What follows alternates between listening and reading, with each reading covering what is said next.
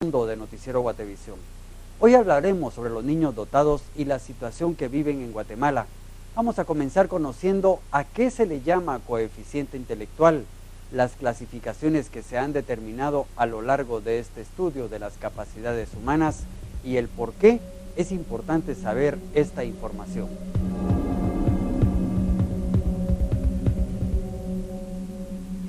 Uno más 11 es igual a 12. Mientras muchos niños prefieren jugar y divertirse con diversas actividades de entretenimiento, este pequeño de 5 años de edad le gusta más hacer sumas, restas y estar en constante aprendizaje. Todo el tiempo quiere preguntar, quiere saber, quiere aprender acerca de todo. Este año sus padres se enteraron que su coeficiente intelectual es mayor al del promedio de otros niños. Luego de que me llamaron del colegio del nene y me dijeron de que lo llevara a algunas evaluaciones porque tenía algunos problemitas, que se estaba peleando con algunos compañeros, que bueno, tenía ciertas características que a ellos les parecía extrañas. Yo lo llevé a que le hicieran unas evaluaciones con una psicóloga, que luego fueron 4 citas con ella me citó y junto con mi esposo nos dijo que él tenía pues su IQ bastante alto. El término de coeficiente intelectual CI se comenzó a utilizar hace casi 100 años, a principios del siglo pasado. Es muy reciente, realmente el origen del CI apareció en un estudio de Francia cuando necesitaban saber en las escuelas por qué era que los niños perdían tanto. Entonces Alfred Binet, que es uno de los estudiosos del CI, comenzó a hacer pruebas para investigar el alto rendimiento o bajo rendimiento de los alumnos. Y fue ahí donde comenzó el origen precisamente del CI. El significado de coeficiente intelectual abarca una serie de aspectos del ser humano. Las funciones cognitivas se establecen en el cerebro por medio de las neuronas, ¿eh? Pero realmente cuando hablamos de un CI abarca todo el organismo, porque en el ser humano no podemos separar una parte neurológica, una parte biológica, una parte psicológica. Interactuamos o se interactúan todo en la personalidad. Es la suma de un montón de habilidades naturales que una persona trae genéticamente, ¿verdad? No es algo que se adquiere a lo largo del camino, es decir, uno no puede volver a alguien superdotado, ¿verdad? Y está compuesto por varias habilidades: habilidad para el uso de la palabra, el razonamiento lógico, el abstracto, la capacidad de inferir, de hacer deducciones. Hay un montón de habilidades que se suman, se sacan un promedio, en teoría, y ese numerito, ese es el que se convierte en un IQ. Desde que se inició el estudio de las capacidades de los humanos, fueron clasificando parámetros que permiten identificar los casos especiales, ya sea por estar abajo de lo normal como los que están arriba, los cuales son considerados talentosos hasta llegar a los genios. El promedio normal para una población, según la escala más utilizada, que es la Wechsler, es de 100. De 115 en adelante ya se habla de niños promedio alto. De 130 en adelante ya hablamos de intelectualmente dotados a nivel moderado, ¿verdad? Y así va la escala para arriba. La genialidad se va más o menos de 160 para arriba.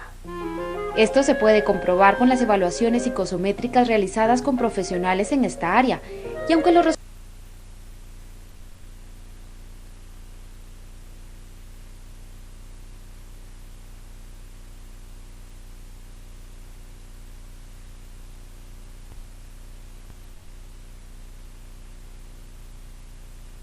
tiene un potencial bajo, sabemos hasta dónde pedirle. Si tiene un potencial promedio, pues rendirá como una persona promedio. Si tiene un potencial alto, pues hay que exigirle muchísimo más y puede dar, de hecho, muchísimo más. Además, todas las personas tenemos áreas con más fortalezas que otras, y lo mismo es para quienes sobrepasan los estándares del coeficiente intelectual. Hay casos en donde estos niños talentosos, antes de ser identificados como dotados, han mostrado conductas consideradas negativas, y los especialistas explican que es porque no logran cubrir la necesidad de aprender y desarrollarse en sus potencialidades. Estas conductas podrían confundirse con hiperactividad, o hacen más preguntas que la mayoría de niños. Ellos mantienen una constante búsqueda de saber, pueden llegar a hablar con un lenguaje completo antes que los demás, Tienen más destrezas al armar rompecabezas, se aburren y pueden tener mala comunicación con los demás e incluso pueden mostrar áreas muy débiles.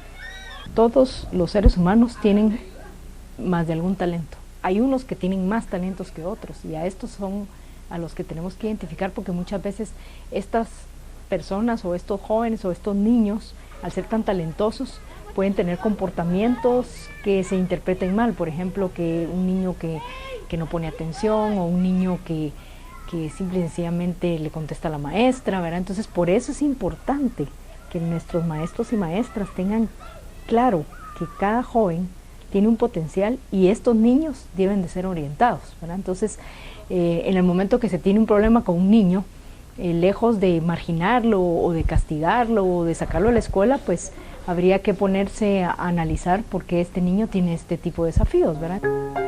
El tener un niño brillante conlleva distintos retos familiares y educativos. Por lo general en Latinoamérica no existen muchas personas que se especializan. Sí, trátense así porque han estudiado un poco acerca de esto, pero no, la gente en Latinoamérica por lo general no acepta que puede existir este tipo de niños con IQ elevado, porque dicen, bueno, ¿para qué vamos a hacer ciertas cosas si tal vez socialmente no se va a adaptar? Y no se ponen a pensar que muchas veces ellos socialmente siempre buscan niños mayores que él. Por ejemplo, mi hijo tiene 4 años y su IQ está por arriba de un niño de 7 años. Y él puede jugar perfectamente bien con un niño de 7, 8 años. Mucho más las cosas que juegan estos niños a niños de su edad. La condición de los niños talentosos no los hacen diferentes al resto en cuanto a la recreación y su desenvolvimiento social. Sin embargo, entre los problemas que enfrentan las familias de hijos con más habilidades están los mitos y los tabúes que hay sobre ellos, como veremos en el siguiente bloque.